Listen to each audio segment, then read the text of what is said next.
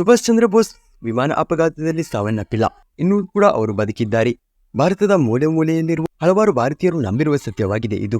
ಭಾರತೀಯ ಸ್ವಾತಂತ್ರ್ಯ ಹೋರಾಟಗಾರರ ಪೈಕಿಯಲ್ಲಿ ಮೇಧಾವಿಯಾಗಿದ್ದ ವ್ಯಕ್ತಿಯಾಗಿದ್ದು ಒಂದು ಪ್ರಮುಖ ನಾಯಕನಾಗಿದ್ದರು ಸುಭಾಷ್ ಚಂದ್ರ ಬೋಸ್.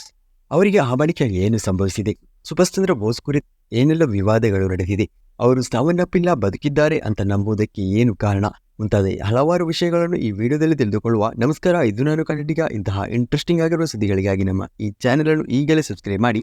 ಹಾಗಾದರೆ ಬನ್ನಿ ಇವತ್ತಿನ ಸುಭಾಷ್ ಚಂದ್ರ ಬೋಸ್ ಅವರ ವಿಡಿಯೋವನ್ನು ಶುರು ಮಾಡುವ. 1897ರಲ್ಲಾಗಿತ್ತು ನೇತಾಜಿ ಸುಭಾಷ್ ಚಂದ್ರ ಬೋಸ್ ಅವರು ಜನಿಸಿದ್ದು. ಅವರ ಸಣ್ಣ ಪ್ರಾಯದಲ್ಲೇ ಬ್ರಿಟಿಷ್ ವಿರೋಧಿ ಅವರ ಮನಸ್ಸಿನಲ್ಲೇ ಬಂದಿತ್ತು. ಕಾಲೇಜ್ ವಿದ್ಯಾಭ್ಯಾಸ ಪಡಿತಾ ಇದ್ದ ಸಂದರ್ಭದಲ್ಲಿ ಕಾಲೇಜಿನ ಹೊರಗೆ ನಡೀತಾ ಇದ್ದ ಸ್ವಾತಂತ್ರ್ಯ ಹೋರಾಟಗಳಲ್ಲಿ ಕೂಡ ಪಾಲ್ಗೊಳ್ತಾ ಇದ್ರು. ವರ್ಷಗಳು ಕಳೆದು ಹೋಗುತ್ತೆ. ಹೀಗೆ ಕ್ಯಾಂಬ್ರಿಡ್ಜ್ ಯೂನಿವರ್ಸಿಟಿನಲ್ಲಿ ವಿದ್ಯಾಭ್ಯಾಸ ಪಡೆದ ಬಳಿಕ ಭಾರತಕ್ಕೆ ಮರಳುತ್ತಾರೆ ಸುಭಾಷ್ ಚಂದ್ರ ಬೋಸ್. ಭಾರತಕ್ಕೆ ಬಂದ ಬಳಿಕ ಇಂಡಿಯನ್ ಸಿವಿಲ್ ಸರ್ವಿಸ್ ಎಕ್ಸಾಮ್ ಅನ್ನು ಕೂಡ ಬರೆದು ಅದರಲ್ಲಿ ಒಂದೊಳ್ಳೆ ರ್ಯಾಂಕ್ ಅನ್ನು ಕೂಡ ಪಡೆಯುತ್ತಾರೆ. ಆದರೆ ಸಿವಿಲ್ ಸರ್ವಿಸ್ ಕೆಲಸವನ್ನು ಬದಿಗಿಟ್ಟು ಆ ಬಳಿಕ ಅವರು ಇಂಡಿಯನ್ ನ್ಯಾಷನಲ್ ಕಾಂಗ್ರೆಸ್ಗೆ ಸೇರ್ಪಡೆಗೊಳ್ತಾರೆ. 2 ಬಾರಿಯೂ ಅವರು ಇಂಡಿಯನ್ ನ್ಯಾಷನಲ್ ಕಾಂಗ್ರೆಸ್ನ ಅಧ್ಯಕ್ಷರಾಗಿ ಸೇವೆ ಸಲ್ಲಿಸುತ್ತಾರೆ. ಆದರೆ ಅವರಿಗೆ ಅಲ್ಲಿ ನೆಗೆಟಿವ್ ಆಗಿ ಕಂಡದ್ದು ಗಾಂಧೀಜಿ ಅವರ ಅಹಿಂಸಾ ತತ್ವಗಳು ಇವರಿಗೆ ಹಿಡಿಸಿರಲಿಲ್ಲ. ಅಹಿಂಸೆಯಿಂದ ಸ್ವಾತಂತ್ರ್ಯವನ್ನು ಗೆಲ್ಲುವುದಕ್ಕೆ ಆಗಲ್ಲ ಎನ್ನುವುದನ್ನು ಸುಭಾಷ್ ಚಂದ್ರ ಬೋಸ್ ಅವರು ನಂಬಿದ್ರು. ಆದ್ದರಿಂದಲೇ ಅಲ್ಲಿಂದ ಅವರು ಕೋಲ್ಕತ್ತಾಕ್ಕೆ ತೆರಳಿ ಅಲ್ಲಿ ಹಲವಾರು ಸ್ವಾತಂತ್ರ್ಯ ಹೋರಾಟ ಕುರಿತಾಗಿ ಕೃತ್ಯಗಳನ್ನು ಮಾಡಲು ತಯಾರಿಯನ್ನು ನಡೆಸುತ್ತಾರೆ. ಅಲ್ಲಿಂದಲೇ ಇವರು ಬ್ರಿಟಿಷರ ಕೆಂಪುಗಣ್ಣಿಗೆ ಗುರಿಯಾಗಿದ್ದರು. ಹಲವಾರು ಕಾರಣಗಳನ್ನು ಹೇಳಿ 11 ಬಾರಿಗಿಂತಲೂ ಹೆಚ್ಚಾಗಿ ಸುಭಾಷ್ ಚಂದ್ರ ಬೋಸರನ್ನು ಜೈಲಿನಲ್ಲಿ ಬಂಧಿಸಿಟ್ಟಿದ್ರು ಬ್ರಿಟಿಷರು. ಅದರಲ್ಲಿ 1 ಬಾರಿ ಅವರು ಬ್ರಿಟಿಷರ ವಿರುದ್ಧ ತೀವ್ರವಾದಿಯಾಗಿ ಹೋರಾಟ ಮಾಡುತ್ತಿದ್ದಾರೆ ಎನ್ನುವ ಕಾರಣಕ್ಕೆ ಜೈಲಿನಲ್ಲಿಟ್ಟಿದ್ರು. ಆ ಶಿಕ್ಷೆಗಾಗಿ ನೇತಾಜಿಯನ್ನು ಬರ್ಮಾ ಜೈಲಿಗೆ ಕೂಡ ಶಿಫ್ಟ್ ಮಾಡ್ತಾರೆ. ಅಲ್ಲಿಂದ ಶಿಕ್ಷೆಗಳದ ಬಳಿಕ ನೇತಾಜಿ ಅವರು ಬಿಡುಗಡೆ ಕೂಡ ಆಗ್ತಾರೆ. ಅಲ್ಲಿಂದ ಅವರು ಮತ್ತೆ ಕೋಲ್ಕತ್ತಾಗೆ ಬಂದು ಅಲ್ಲಿ ಹಲವಾರು ಸ್ವಾತಂತ್ರ್ಯ ಹೋರಾಟದ ಕುರಿತಾದ ಕೆಲಸಗಳಲ್ಲಿ ಬ್ಯುಸಿ ಆಗ್ತಾರೆ. ಅವತ್ತಿನ ಸಂದರ್ಭದಲ್ಲಿ ಅಲ್ಲಿ ಮೇಯರ್ ಎಲೆಕ್ಷನ್ಗೂ ಕೂಡ ಕ್ಯಾಂಡಿಡೇಟ್ ಆಗಿ ಇವರು ನೇಮಕವಾಗ್ತಾರೆ. ಆ ಸಂದರ್ಭದಲ್ಲಿ ಆಗಿತ್ತು 2ನೇ ಮಹಾಯುದ್ಧ ನಡೀತಾ ಇದ್ದದ್ದು. 2ನೇ ಮಹಾಯುದ್ಧದಲ್ಲಿ ಅವತ್ತು ಬ್ರಿಟಿಷರಿಗೆ ದೊಡ್ಡ ಹಿನ್ನಡೆ ನಡೀತಾ ಇತ್ತು. ಇದೇ ಭಾರತಕ್ಕೆ ಸ್ವಾತಂತ್ರ್ಯ ಸಿಗುವ ಸರಿಯಾದ ಸಮಯ ಅಂತ ಅಂದ್ಕೊಂಡಿದ್ರು ಅವರು. ಅದೇ ಸಂದರ್ಭದಲ್ಲಿ ಶತ್ರುವಿನ ಶತ್ರು ಮಿತ್ರ ಅಂತ ನಂಬಿಕೊಂಡಿದ್ದ ಸುಭಾಷ್ ಚಂದ್ರ ಬೋಸ್ ಅವರು, ಅಂದ್ರೆ ಬ್ರಿಟಿಷರ ಶತ್ರುವಾಗಿದ್ದ ಜರ್ಮನಿ, ಜಪಾನ್ ರಾಷ್ಟ್ರದೊಂದಿಗೆ ಸೇರಲು ಸುಭಾಷ್ ಚಂದ್ರ ಬೋಸ್ ಅವರು ಪ್ಲಾನ್ ಅನ್ನು ಕೂಡ ಮಾಡ್ತಾರೆ. 2ನೇ ಮಹಾಯುದ್ಧದಲ್ಲಿ ದೊಡ್ಡ ಹಿನ್ನಡೆಯಾಗ್ತಾ ಇದ್ದ ಸಂದರ್ಭದಲ್ಲಿ ಬ್ರಿಟಿಷರು ಭಾರತೀಯ ನಾಯಕರನ್ನು ಕೇಳದೆ ಕೂಡ ಭಾರತೀಯ ಯೋಧರನ್ನು 2ನೇ ಮಹಾಯುದ್ಧದಲ್ಲಿ ಬಳಸಿಕೊಂಡಿದ್ರು. ಇದರ ವಿರುದ್ಧವಾಗಿ ದೊಡ್ಡ ಮಟ್ಟಿನ ಹೋರಾಟವನ್ನೇ ಅವತ್ತು ನೇತಾಜಿ ಮಾಡಿದ್ರು. ಈ ಎಲ್ಲಾ ಕಾರಣಗಳಿಂದಾಗಿ ಸುಭಾಷ್ ಚಂದ್ರ ಬೋಸ್ ಅವರು ಬ್ರಿಟಿಷರ ಕೆಂಗಣ್ಣಿಗೆ ಮತ್ತೆ ಗುರಿಯಾಗಿದ್ರು. ಅವರ ಮನೆಯನ್ನೆಲ್ಲ ಬ್ರಿಟಿಷರು 24 ಗಂಟೆಗಳ ಕಾಲ ನಿರೀಕ್ಷಣದಲ್ಲಿ ಇಟ್ಟಿದ್ರು. ಇದು ಭಾರತಕ್ಕೆ ಸ್ವಾತಂತ್ರ್ಯ ದೊರಕ ಸರಿಯಾದ ಸಮಯ ಅಂತ ಅಂದ್ಕೊಂಡು ನೇತಾಜಿ ಸುಭಾಷ್ ಚಂದ್ರ ಬೋಸ್ ಅವರು ಭಾರತದಿಂದ ಅಫ್ಘಾನಿಸ್ತಾನಕ್ಕೆ ಮೊದಲು ಹೋಗ್ತಾರೆ. ಅಲ್ಲಿಂದ ರಷ್ಯಾದ ಮಾಸ್ಕೋಗೆ ಹೋಗಿ ಅಲ್ಲಿಂದ ಜರ್ಮನಿಗೆ ಕೂಡ ಹೋಗ್ತಾರೆ. ಈ ಯಾತ್ರೆ ನಡೆದಿದ್ದು ಹಲವಾರು ರೀತಿ ಕೆಲಸ ಮಾಡುವವರೊಂದಿಗೆ ಜೊತೆಯಾಗಿ ವೇಷ ಬದಲಾವಣೆ ಮಾಡಿಯಾಗಿತ್ತು. ಈ ಯಾತ್ರೆಯನ್ನು ಅವರು ನಡೆಸಿತು. ಜರ್ಮನಿಗೆ ಹೋಗಿ ಸುಭಾಷ್ ಚಂದ್ರ ಬೋಸ್ ಅವರು ಹಿಟ್ಲರನ್ನು ಭೇಟಿಯಾಗ್ತಾರೆ. ಹಿಟ್ಲರನ್ನು ಭೇಟಿಯಾಗಿ ಭಾರತಕ್ಕೆ ಬೇಕಾಗಿರುವ ವ್ಯವಸ್ಥೆಯನ್ನೆಲ್ಲ ಮಾಡಿಕೊಡಬೇಕು ಎನ್ನುವ ಮನವಿಯನ್ನು ಸುಭಾಷ್ ಚಂದ್ರ ಬೋಸ್ ಅವರು ಮಾಡ್ತಾರೆ. ಆದರೆ ಸಪೋರ್ಟ್ ಮಾಡ್ತೀವಿ ಅಂತ ಕೂಡ ನೇತಾಜಿ ಹೇಳ್ತಾರೆ. ಅದೇ ಸಂದರ್ಭದಲ್ಲಿ ಮೊದಲೇ ಕೆಲವೇ ದಿನಗಳಲ್ಲಿ ಹಿಟ್ಲರ್ ಕೂಡ ಭಾರತಕ್ಕೆ ಸಹಾಯ ಮಾಡುವ ಕೆಲಸಗಳಲ್ಲಿ ನಿರತರಾಗ್ತಾರೆ. ಹಲವಾರು ಸಂಘಟನೆಗಳನ್ನು ಜರ್ಮನಿಯಲ್ಲಿ ಭಾರತೀಯ ಸ್ವಾತಂತ್ರ್ಯಕ್ಕೆ ಆರಂಭ ಮಾಡ್ತಾರೆ ಹಿಟ್ಲರ್. ಆದರೆ ಹಿಟ್ಲರ್ಗೆ ಹಾಗೆ ಜರ್ಮನಿಯ ಜನರಿಗೆ ಭಾರತಕ್ಕೆ ಸ್ವಾತಂತ್ರ್ಯ ತಂದುಕೊಡುವುದರಲ್ಲಿ ಒಂದು ದೊಡ್ಡ ಇಂಟ್ರೆಸ್ಟ್ ಅಂತೂ ಇರಲಿಲ್ಲ. ಅದು ಅಲ್ಲದೆ ಸುಭಾಷ್ ಚಂದ್ರ ಬೋಸ್ ಅವರಿಗೆ ಹಿಟ್ಲರ್ ಅವರ ಸಿದ್ಧಾಂತ, ನಾಜಿ ಸಿದ್ಧಾಂತ ಇವುಗಳ ಬಗ್ಗೆ ಇಷ್ಟ ಕೂಡ ಇರಲಿಲ್ಲ. ಇದನ್ನು ನೇರವಾಗಿ ಸುಭಾಷ್ ಚಂದ್ರ ಬೋಸ್ ಅವರು ಹಿಟ್ಲರ್ಗೂ ಕೂಡ ಹೇಳಿರ್ತಾರೆ.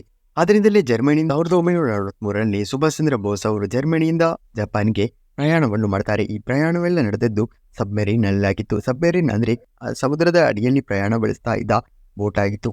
ಆವತ್ತಿನ ಆ ಕಾಲದಲ್ಲಿ ಭಾರತೀಯ ಸ್ಥಳದಲ್ಲೂ ಕೂಡ ಜಪಾನ್ ಅವರು ಆಕ್ರಮಣವನ್ನು ಮಾಡಿ ಬ್ರಿಟಿಷರ ಆಧಿಪತ್ಯವನ್ನು ಇಲ್ಲವಾಗಿಸಿ, ಅದರಿಂದಲೇ ಜಪಾನ್ ದೇಶವು ಭಾರತಕ್ಕೆ ಸಹಾಯ ಮಾಡುತ್ತೆ, ಸ್ವಾತಂತ್ರ್ಯ ಪಡೆಯುವುದರಲ್ಲಿ ಸಹಾಯ ಮಾಡುತ್ತೆ ಅಂತಾನೆ ನಂಬಿದ್ರು ಸುಭಾಷ್ ಚಂದ್ರ ಬೋಸ್. ಹಾಗೆ ಅಲ್ಲಿ ಜಪಾನ್ಗೆ ತೆರಳಿ ಅಲ್ಲಿನ ಪ್ರಧಾನಮಂತ್ರಿಯೊಂದಿಗೆ ಸುಭಾಷ್ ಚಂದ್ರ ಬೋಸ್ ಅವರು ಮಾತುಕತೆ ಕೂಡ ನಡೆಸ್ತಾರೆ. ಈ ಡೋಲ್ಗೆ ಓಕೆ ಅಂತಾರೆ ಅಲ್ಲಿ ಆಗಿನ ಪ್ರಧಾನಿ.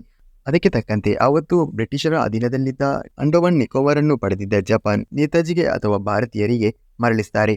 ಈ ದ್ವೀಪಕ್ಕೆ ಸುಭಾಷ್ ಚಂದ್ರ ಬೋಸ್ ಅವರು ಆಗ ಶಹೀದ್ ಅಂಡ್ ಸ್ವರಾಜ್ ದ್ವೀಪ್ ಎನ್ನುವ ಹೆಸರನ್ನು ಕೂಡ ಇಡ್ತಾರೆ. ಅದೇ ಸಂದರ್ಭದಲ್ಲಿ ಅವರು ಅಲ್ಲಿ ತಾತ್ಕಾಲಿಕ ಭಾರತೀಯ ಸರ್ಕಾರವನ್ನು ಕೂಡ ಘೋಷಣೆ ಮಾಡ್ತಾರೆ.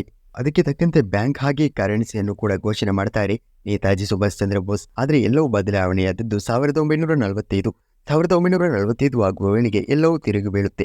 ಏಪ್ರಿಲ್ ತಿಂಗಳಲ್ಲಿ ಹಿಟ್ಲರ್ ಆತ್ಮಹತ್ಯೆ ಮಾಡಿದ್ರೆ ಆಗಸ್ಟ್ ಆಗುವ ವೇಳೆಗೆ ಅಮೆರಿಕ ಜಪಾನ್ನ ಹಿರೋಶಿಮಾ ಹಾಗೆ ನಾಗಸಕಿ ಮೇಲೆ ಅಣುಬಾಂಬನ್ನು ಹಾಕ್ತಾರೆ. ಆವತ್ತೇ 2ನೇ ಮಹಾಯುದ್ಧ ಅಂತ್ಯಕ್ಕೂ ಕೂಡ ತಲುಪಿತ್ತು.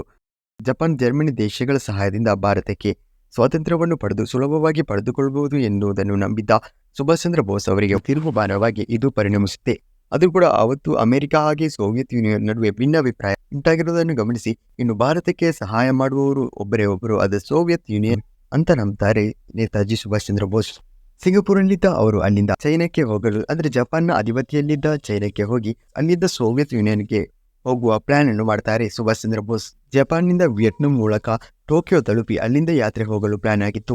ಅವತ್ತು ಅವರು ಯಾತ್ರೆ ಕೈಗೊಂಡದ್ದು 5 ಮಂದಿ ಮಾತ್ರ ಯಾತ್ರೆ ಕೈಗೊಳ್ಳಲು ಸಾಧ್ಯವಾಗಿದ್ದ ಜಪಾನ್ನ ಯುದ್ಧ ವಿಮಾನದಲ್ಲಾಗಿತ್ತು.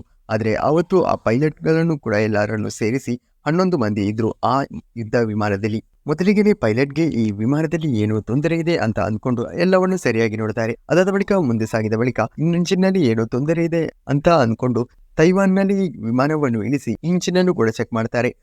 ಅವತ್ತು ಕೂಡ ವಿಮಾನದಲ್ಲಿ ಯಾವುದೇ ರೀತಿಯ ತೊಂದರೆ ಇರಲಿಲ್ಲ. ಅಲ್ಲಿಂದ ಅವರು ಮತ್ತೆ ಪ್ರಯಾಣವನ್ನು ಆರಂಭ ಮಾಡ್ತಾರೆ.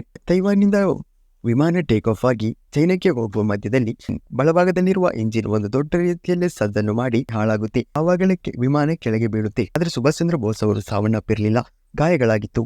ಅದರಲ್ಲಿದ್ದ ಫ್ಯೂಯಲ್ ಅವರ ಮೇಲಿಗೆ ಬಿದ್ದಿತ್ತು. ಅದರಿಂದಲೇ ಅವರು ವಿಮಾನದಿಂದ ಬೇಗನೆ ಹೊರಗೆ ಬೀಳ್ತಾರೆ. ಹೊರಗೆ ಬಿದ್ದ ಸಂದರ್ಭದಲ್ಲಿ ಅದರಲ್ಲಿದ್ದ ಇಂಧನದಿಂದಾಗಿ ಅವರ ಮೇಲಿಗೆ ಬೆಂಕಿ ಕೂಡ ಹತ್ತುತ್ತೆ. ಅಲ್ಲೇ ಹತ್ತಿರದಲ್ಲಿದ್ದ ರಕ್ಷಾ ಪಡೆಯ ಬಳಿಗೆ ಹೋಗ್ತಾರೆ. ಅಲ್ಲಿಂದ ಅವರನ್ನು ಆಸ್ಪತ್ರೆಗೆ ಕೂಡ ದಾಖಲು ಮಾಡ್ತಾರೆ. ಅದರಲ್ಲಿದ್ದ ಉಳಿದ ಸೈನಿಕರನ್ನು ಕೂಡ ರಕ್ಷಾ ಪಡೆ ಹೊರಕ್ಕೆ ತೆಗೆದು ಅವರನ್ನು ಕೂಡ ಚಿಕಿತ್ಸೆಗೆ ಒಳಪಡಿಸ್ತಾರೆ. ಇವರೆಲ್ಲ ಒಳ್ಳೆ ರೀತಿಯಲ್ಲಿ ಚಿಕಿತ್ಸೆಗೆ ಸ್ಪಂದಿಸಿದ್ರು ಕೂಡ ಸುಭಾಷ್ ಚಂದ್ರ ಬೋಸ್ ಅವರು ಚಿಕಿತ್ಸೆಗೆ ಅವತ್ತು ಒಳ್ಳೆ ರೀತಿಯಲ್ಲಿ ಸ್ಪಂದಿಸ್ತಾ ಇರಲಿಲ್ಲ.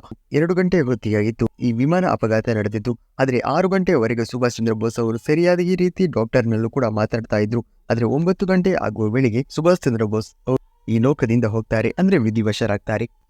ಅದಾದ ಬಳಿಕ ಅವರ ಅಂತ್ಯಕ್ರಿಯೆ ಕೂಡ ನಡೆಯುತ್ತೆ. ಅವರ ಅಂತ್ಯಕ್ರಿಯೆಯ ಬಳಿಕ ಅಸ್ಥಿಯನ್ನು ಜಪಾನ್ನ ಒಂದು ದೇವಾಲಯದಲ್ಲಿ ಕೂಡ ತಂದು ಇಡ್ತಾರೆ.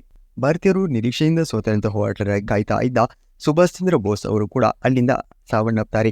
ಆದ್ರೆ ಆ ಸಂದರ್ಭದಲ್ಲಿ ಒಬ್ಬ ಭಾರತೀಯನು ಕೂಡ ಸುಭಾಷ್ ಚಂದ್ರ ಬೋಸ್ ಅವರು ಸಾವನ್ನಪ್ಪಿಲ್ಲ ಅಂತಾನೆ ನಂಬಿದ್ರು. ಅದಕ್ಕೆ ಕಾರಣಗಳು ಕೂಡ ಇದೆ. ಮೊದಲ ಕಾರಣ ಏನೆಂದ್ರೆ 1940ರ ದಶಕದಲ್ಲಿ ಸುಭಾಷ್ ಚಂದ್ರ ಬೋಸ್ ಅವರು ಹಲವಾರು ಬಾರಿ ಸಾವನ್ನಪ್ಪಿದ್ದಾರೆ ಎನ್ನುವ ಸುದ್ದಿಗಳು ಹರಿದಾಡ್ತಾ ಇತ್ತು. ಆದರೆ ಆ ಸುದ್ದಿ ಹರಡಿದ ಬಳಿಕ 1 ತಿಂಗಳು 2 ತಿಂಗಳುಗಳಿದ ಬಳಿಕ ಸುಭಾಷ್ ಚಂದ್ರ ಬೋಸ್ ಅವರು ಮತ್ತೆ ಭಾರತಕ್ಕೆ ಮರಳುತ್ತಾರೆ. ಹಾಗೆ ಅವರ ಫೋಟೋಗಳು ಹಿಟ್ಲರ್ನೊಂದಿಗೆ ಹಾಗೆ ಇನ್ನಿತರ ರಾಷ್ಟ್ರದೊಂದಿಗೆ ಮಾತುಕತೆ ನಡೆಸ್ತಾ ಇರುವ ಫೋಟೋಗಳು ಕೂಡ ಹೊರಬರುತ್ತೆ. ಇದರಿಂದಲೇ ಸುಭಾಷ್ ಚಂದ್ರ ಬೋಸ್ ಅವರು ಸುಲಭವಾಗಿ ಸಾವನ್ನಪ್ಪುವುದಕ್ಕೆ ಸಾಧ್ಯವಿಲ್ಲ ಅಂತಾನೆ ನಂಬಿದ್ರು ಭಾರತೀಯರು. ಅದು ಅಲ್ಲದೆ 2ನೇ ಪ್ರಮುಖ ಕಾರಣವೇನೆಂದ್ರೆ ಆವತ್ತಿನ ಕಾಲದಲ್ಲಿ ಫೋಟೋಗ್ರಫಿ ಅತ್ಯವಶ್ಯಕ ಇತ್ತು. ಆದ್ದರಿಂದಲೇ ಉಳಿದೆಲ್ಲ ಫೋಟೋಗಳು ಸುಭಾಷ್ ಚಂದ್ರ ಬೋಸರದ್ದು ಇದ್ರೂ ಕೂಡ ಅವರು ಸಾವನ್ನಪ್ಪಿದ ಸಂದರ್ಭದಲ್ಲಿ ಯಾರು ಕೂಡ ಒಂದು ಫೋಟೋವನ್ನು ತೆಗೆಯಲು ಮುಂದೆ ಬರಲಿಲ್ಲ.